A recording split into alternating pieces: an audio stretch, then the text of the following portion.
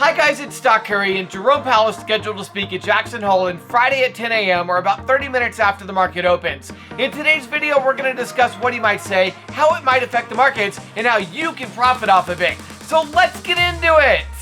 Before we discuss Jackson Hole, let's talk about the earnings that came out on Thursday. Shares of Dollar Tree fell after the company cut its guidance, citing investments in competitive pricing. Dollar Tree was down over 10% on the day. And Peloton shares plummeted after the company reported a big loss and more declining revenue. Peloton shares were down over 18% on the day. After the market closed, Gap withdrew their 2022 financial outlook as Old Navy sales fell in the second quarter. And despite having some profitable quarters leading up to these earnings, Gap reported a net loss for Q2. Regardless, that loss was less than expected, so Gap shares were up over 6% after hours. And Affirm's second quarter revenue beat expectations, but the company lowered its 2023 guidance. Affirm tanked over 14% after hours. And Dell earnings beat estimates, but they lowered their forecast, saying customers are showing signs of caution. In other words, customers are spending less money on computers.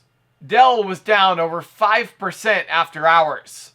Ulta Beauty reported a beat on both revenue and earnings. Keep in mind, I said that Ulta Beauty was one of those stocks that might perform better than expected since so many people were spending money on beauty products as sort of an affordable way of continuing to spend, even as inflation cut down on other spending categories. Ulta Beauty rose over 3% after hours after already rising almost 2% on the day. And finally, Marvel stock dropped after they lowered their forecast due to supply chain issues. While the CEO did say that Q3 profit was going to decline, he does think that Q4 profit will accelerate as the supply chain constraints begin to ease. Marvel stock was down over 3% after hours, but it did rise over 5% during the day. So that's what happened with earnings.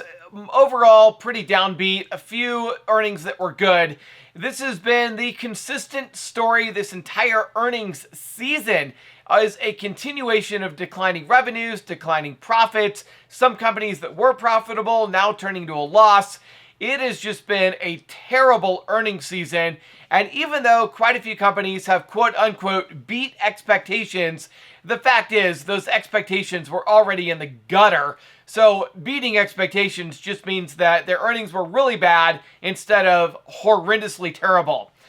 That said, let's talk about the news that came out today, because there was actually quite a bit of really good market news. Now, we already saw the market rise quite a bit on Thursday because the weekly jobless claims came in lower than expected, pointing to a very strong job market continuing and layoffs continuing to be lower than expected at this point. Now, that could mean that the Fed could be a little bit more hawkish, but for now, it was good news.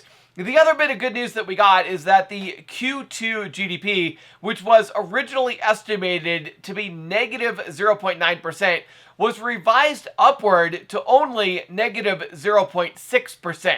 Now, it still leaves us in a recession technically, but at least it wasn't quite as bad as expected. Now, we also got some other really good news, so let's get into that. Starting with some news coming out of California. California is banning the sale of new gas-powered cars by 2035. This is going to push conventional vehicle manufacturers to start selling more electric vehicles, but this could also be a really good boost for Tesla. We also have to think about the charging stations that have to be installed in order to make this happen. So think about other companies like ChargePoint and EVgo as being benefactors to this as well. And now on to some excellent news that came out today. US and China are nearing a deal to allow audit inspections of New York listed Chinese companies. This agreement could prevent many Chinese companies from being delisted. If this goes through, it will be time to load up on Chinese stocks. And that's one of the reasons why we're seeing one of the Chinese stocks that we bought in the Moomoo Millionaire Club Challenge skyrocketing, and that is FINV, or Finvolution. That stock has been going up quite a bit on this news. And if you're wondering, yes, if this deal does go through and China allows the United States to inspect the audits of Chinese companies, I will be loading up on Chinese stocks. I will most likely, some of my first 3 purchases are going to be JD, Alibaba, and NIO. I will immediately buy those 3. So I'm going to be keeping my eye on this news because this could be really, really good for Chinese stocks. All right, now moving on to what everybody is watching out for, and that is Jackson Hole. Jerome Powell is going to speak Friday at 10 a.m. Eastern Time, or 30 minutes after the market opens. This is a highly anticipated speech, and it will more than likely set the direction of the stock market for now until the Fed meeting in September. In other words, for the next 3.5 weeks, this is going to set the direction of the stock market. Now, most people do not expect a completely new message from Fed Chairman Jerome Powell, but they do expect a tougher version of the central bank's promise. In other words, they expect the Fed to be more hawkish and willing to raise interest rates faster than previously expected. Now, in a minute, I'm going to show you what the expectations are for the Fed's September interest rate hike. However, while most people expect the Fed to be more hawkish, I'm going to give you 4 reasons why the Fed might actually be more dovish. First, the Jackson Hole Symposium has often in the past been the venue of major Fed announcements. However, this time it seems unlikely that the Fed would surprise the markets with any significant policy news, since the central bankers are trying to emphasize a dependence on the data, meaning they want to wait for data to come out before they make any significant decisions. And without any major significant policy news being announced, that could cause the markets to breathe a sigh of relief and cause the markets to go up.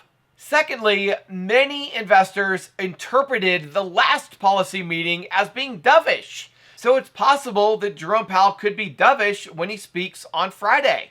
And third, Barron's recommends that we consider something called shadow rates. Now, Deutsche Bank says that their shadow Fed fund rate is a more comprehensive view of the Fed's monetary policy, and it provides support for downshifting or slowing down the pace of interest rates in September down to 0.5%. By the way, shadow rates are what the individual banks and credit card lenders and everybody who actually lends out money actually sets their interest rates at. It essentially has to predict what the Fed is going to do. And so if you look at where banks are setting their interest rates at, they are predicting that the central bank, that is the Fed, is going to do a 0.5% rate hike in September rather than a 0.75% rate hike. And the fourth reason that the Fed might be dovish on Friday is because quantitative tightening, or a balance sheet reduction, is about to ramp up at full scale. And this is going to be the largest pace of quantitative tightening that we have ever seen in this country. The fact that quantitative tightening is about to become more aggressive in September might be a reason for officials to scale back on the pace of their interest rate increases. In other words, the Fed might want to do slower interest rate increases and just give quantitative tightening time to work its magic. Now, if the Fed does in fact come in dovish or neutral on Friday, this could revive the stock market rally and send us back to new all-time highs.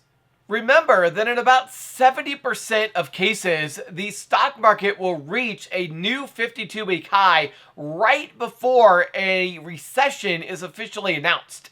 And since we are only in a paper recession right now, we're not in an official recession yet, there's still a chance that we could hit a new 52-week high on the markets. While the long-term economic outlook is extremely bearish, the short term is quite unknown. While the stock market will more than likely hit a new 52-week low by the end of next year, in the short term, over the next month or two, we could hit a new 52-week high. And if the Fed is dovish on Friday, that could be the catalyst that gets us up to a new 52-week high before the economy officially enters into a recession. So that's the possibilities of what the Fed might do on Friday. Most people expect him to be hawkish, but there are some reasons why he might be dovish. So, what are the futures markets pricing in? Do the futures markets expect the Fed to be dovish and do a 50 basis point rate hike in September? Or do the futures markets expect the Fed to be hawkish and do a 75 basis point rate hike in September? Well, the CME futures right now are indicating a 60% chance that the Fed will do a 75 basis point rate hike in September and only a 40% chance of a 50 basis point rate hike. So 60% of futures traders think the Fed will be hawkish on Friday. And if the Fed is hawkish, that could send the stock market down to a new 52-week low over the next month or two. So, how can you play this and make some money in the stock market? Well, personally, I've been sitting tight. I really haven't been making any plays this week. I'm waiting to see what Jerome Powell is going to say on Friday.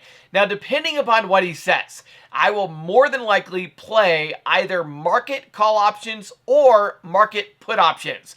If Jerome Powell comes in dovish and it looks like the 50 basis point rate hike in September is more likely, I will be opening up some market call options. More than likely, I'll buy call options on SPY or QQQ. If Jerome Powell comes in and he sounds pretty hawkish, like he's going to do a 75 basis point rate hike in September and possibly even more in the future, then I will open up put options on the market. That is a put option on SPY or QQQ, which are market ETFs. And that's how I'm going to play it. I'm just going to wait for Jerome Powell to speak. After he speaks and sets a tone and direction for the market, I'm going to play expecting the market to continue in that direction up until the Fed meeting. So I will be buying September 16th put options or call options depending upon what Jerome Powell says on Friday. Alright, I hope you enjoyed the video and got a lot out of it. If you want to know exactly what I'm going to be buying, you can join me in the VIP Discord where I post all of my trade alerts. And in addition to the trade alerts, I also explain why I am buying or selling whatever it is I'm buying and selling. We also have coaches in there who can teach you how to trade options so that you will know how to buy put options or call options on the market and you can make money no matter which way the market trades. If you're interested in joining that, I want to let you know that I will be closing signups to the Discord at the end of this month. And after the end of this month, you will have to apply to get into the Discord. We're going to limit it, make sure that we get the right people in the Discord. But up until the end of this month, it is open sign up. Anybody can sign up and join. And once you are in, you are locked in for life. You will not lose your spot. It's just $25 a month right now. Those prices will go up significantly next month once we start limiting how many people we're going to allow in there.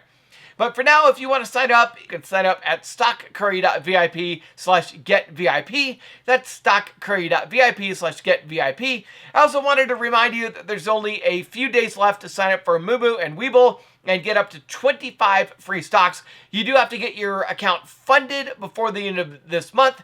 If you want to sign up for Moomoo, you will get 10 free stocks if you deposit $100 or more. You'll get 13 free stocks if you deposit $2,000 or more. You can take advantage of that at stockcurry.vip/Moomoo. That's stockcurry.vip/Moomoo. And then on the Webull side, you will get up to 12 free stocks if you open an account using my link and deposit $100 or more. There is a lottery system there, so you'll get a minimum of 6, maximum of 12. If you're interested in that, you can sign up for Webull at stockcurry.vip/Webull. That's stockcurry.vip/Webull.